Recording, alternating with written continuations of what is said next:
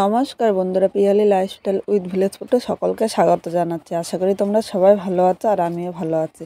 আজকে আমি খুব সহজে বাড়িতে নান রুটি করব, আর বাড়ি থাকা উপকরণ দিয়ে আমি আজকে তৈরি করেছি। চলো দেখে না যাক আমি কিভাবে করলাম। নান রুটি করার জন্য দেখো 500 গ্রাম আটা নিয়েছি। অবশ্যই কিন্তু তোমরা আটা দিয়ে করো বা ময়দা দিয়েও করতে পারো, কিন্তু আমার মনে হয় আটা দিয়ে করলে বেশি ভালো হয়, আর আটাটা কিন্তু আমাদের স্বাস্থ্যের পক্ষেও খুব ভালো। এবার এর মধ্যে স্বাদ অনুযায়ী লবণ দিয়ে দিলাম, আর হাফ চামচ বেকিং সোডা দিলাম। অবশ্যই তোমরা একটু বেকিং সোডা দিয়ে, আজকে আমি ঘরে থাকার উপকরণ দিয়েই কিন্তু করব। আর এই বেকিং সোডাটা কিন্তু আমার ঘরেও সবসময় থাকে। তোমাদের কাছে যদি বেকিং সোডা না থাকে তাহলে এর মধ্যে কিন্তু ইনোও দিতে পারো। ইনো দিয়ে করলেও কিন্তু নান রুটিগুলো খুব নরম হয় খেতে। আর দিয়ে দিলাম 1 চামচ সাদা তেল। এই তেল দেওয়াতে নান রুটিটা কিন্তু অনেকটাই নরম হবে।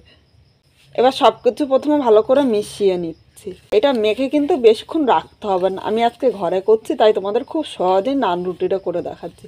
এভাবে করলেও কিন্তু খুব নরম হয়, খেতে কিন্তু দারুণ হয়। এখানে সব কিছু মিশিয়ে নিয়েছি। আর আমার ঘরে দেখো টক দই ছিল 100 গ্রাম। এখানে আমি টক দইটাও দিয়ে দেবো এর সাথে।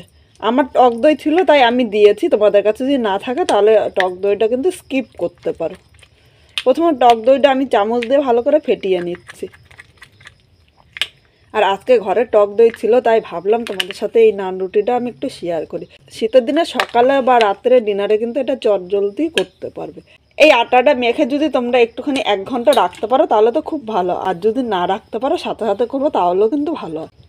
আজকে আমি রাখবো না, মেখেই কিন্তু আমি রুটিটা করে নেব। এখানে দইটা ভালো করে মিশিয়ে নিচ্ছি। দইটা ভালো করে মিশিয়ে নিয়েছি। এবার এখানে দেখো উষ্ণ গরম জল নিয়েছি। খুব বেশি গরম করার কিন্তু প্রয়োজন নেই। উষ্ণ গরম জল দিয়ে আমি আটাটা মেখে নেব। এই জলটা দেওয়ার কারণ হলো আমি আটাটা মেখে রাখবো না, তাই উষ্ণ গরম জল দিয়ে মেখেছি। তাহলে সাথে সাথে রুটিটা করলে রুটিটা কিন্তু অনেকটাই নরম হবে। তোমরা যদি ভাবো যে আটাটা মেখে 2 ঘন্টা রেখে দেবো তাহলে ঘরে থাকা ঠান্ডা জল দিয়েও কিন্তু মাখতে পারো। এবার আটাটা আমি মেখে নিচ্ছি।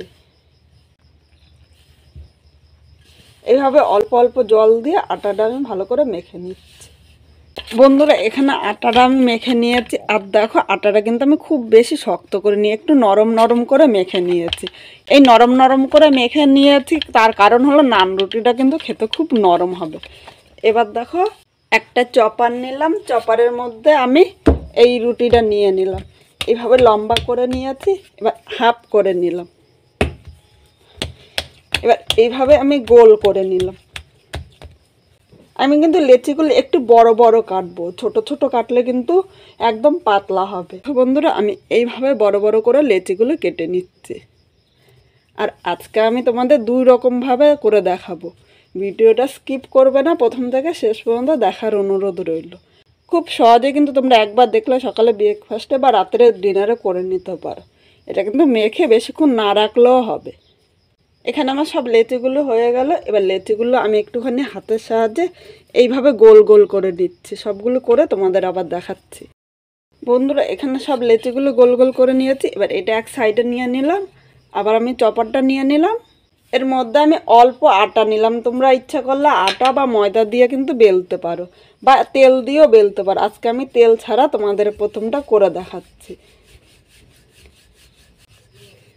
দেখো বন্ধুরা আমি কিন্তু এই রুটিটা খুব বেশি পাতলা করব না। দেখো তোমরা রুটির সাইজটা দেখে বুঝতে পারছো, 1/2 ইঞ্চি আমি পুর করে নিয়েছি। এরকম মোটা মোটা করেই কিন্তু বেলবো। আমি কিন্তু আজকে 2 রকমভাবে তোমাদের করে দেখাবো। ভিডিওটা স্কিপ করবে না, তাহলে কিন্তু বুঝতে পারবে না। উনানে তাওয়াটা বসিয়ে দিয়েছি। তাওয়াটা প্রথমে ভালো করে গরম করে নিয়েছি। এবার এর মধ্যে আমি রুটিটা দিয়ে দিলাম। এই সময় কিন্তু আগুনটা আমি মিডিয়াম দেবো। মিডিয়াম আগুনে আমি 1 পিঠ ভেজে নিচ্ছি। আর খুব বেশি জোরে আগুন দেবে না, তাহলে রুটিটা কিন্তু উপর দিয়ে পুড়ে যাবে আর ভেতর দিয়ে কাঁচা থাকবে, তখন কিন্তু খেতে ভালো লাগবে না। এর জন্য এইভাবে মিডিয়াম আগুনে তোমরা ভেজে নেবে। আমি এইভাবে 2 মিনিট রেখে দিচ্ছি। 2 মিনিট পর তোমাদের দেখাচ্ছি। বন্ধুরা 2 মিনিট ভেজে নিয়েছে, আর দেখো উপর দিয়ে ফুলতে শুরু করেছে। দেখেছো তোমরা কতটা বুঝতে পারছো আমি ঠিক বুঝতে পারছি না, কিন্তু আমার রান্নাঘরে লাইটের কম, তার জন্য তোমাদের ঠিকভাবে আমি দেখাতে পারছি না। কিন্তু এবার এই পিঠটা আমি এইভাবে 2 মিনিট ভেজে নিচ্ছি। 2 মিনিট ভেজে তোমাদের আবার দেখাচ্ছি। বন্ধুরা দেখো রুটিটা কিন্তু আমি মেখে বেশিক্ষণ রাখিনি, আর কি সুন্দর ফুলেছে। দেখো এরকম নান রুটি ফুলকো ফুলকো, এটা কিন্তু খেতে অসাধারণ হবে। এরকম আরও নতুন নতুন রেসিপি পেতে অবশ্যই আমার চ্যানেলটি কিন্তু সাবস্ক্রাইব করে আমার পাশে থাকো। এই রুটিটা হয়ে গিয়েছে, এবার এটা আমি নামিয়ে নিচ্ছি। একইভাবে আমি এই রুটিটা দিয়ে দিলাম। প্রথমে আমি 2 পিঠ ভেজে নিচ্ছি। আর এই সময় কিন্তু উনানে আগুনটা আমি মিডিয়াম দেবো, খুব বেশি জোরে দিলে রুটিটা কিন্তু উপর দিয়ে পুড়ে যাবে আর ভেতর দিয়ে কাঁচা থাকবে, একদম ভালো লাগবে না খেতে। তাই মিডিয়াম আগুনে তোমরা 2 পিঠই ভেজে নেবে। দেখো 1 পিঠ ভাজা হয়ে গিয়েছে, এবার ওই পিঠটা আমি ভেজে নিচ্ছি। রুটি বেলাটা আলাদা করে আমি দেখালাম না, কিন্তু একইভাবে আমি এই রুটিটাও বেলে নিয়েছিলাম। 1 চামচ সাদা তেল দিলাম। সবসময় কিন্তু আমাদের শুধু রুটি খেতে ইচ্ছে করে না, মাঝে সাঝে কিন্তু এইভাবেও করে নিতে পারো। নান রুটি বা নান পরোটা একইভাবেই কিন্তু করা যায়। এই পিঠটা তেল দিয়ে নিলাম, এবার এই পাশে উল্টিয়ে আমি এই পিঠটাও তেল দিয়ে নেব। বন্ধুরা, অল্প তেলে যে এত সুন্দর করে নান রুটি নান পরোটা করা যায় তোমরা কিন্তু একবার দেখলে খুব সহজেই করতে পারবে। আর দেখো এই পরোটাটা এই সাইড দিয়েও কিন্তু ফুলতে শুরু করেছে।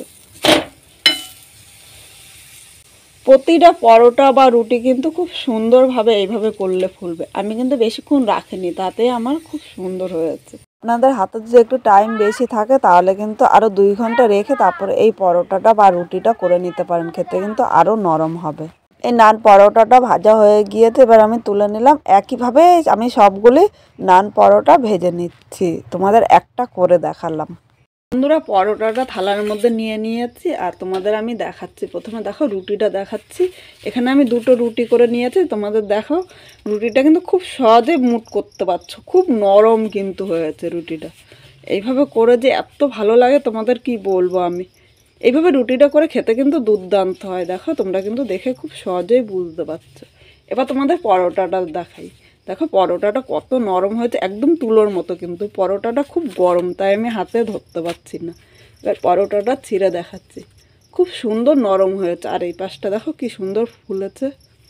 এইভাবে কিন্তু আমি আটা দিয়ে করেছি, তোমরা ইচ্ছে করলে ময়দা দিয়েও করতে পারো।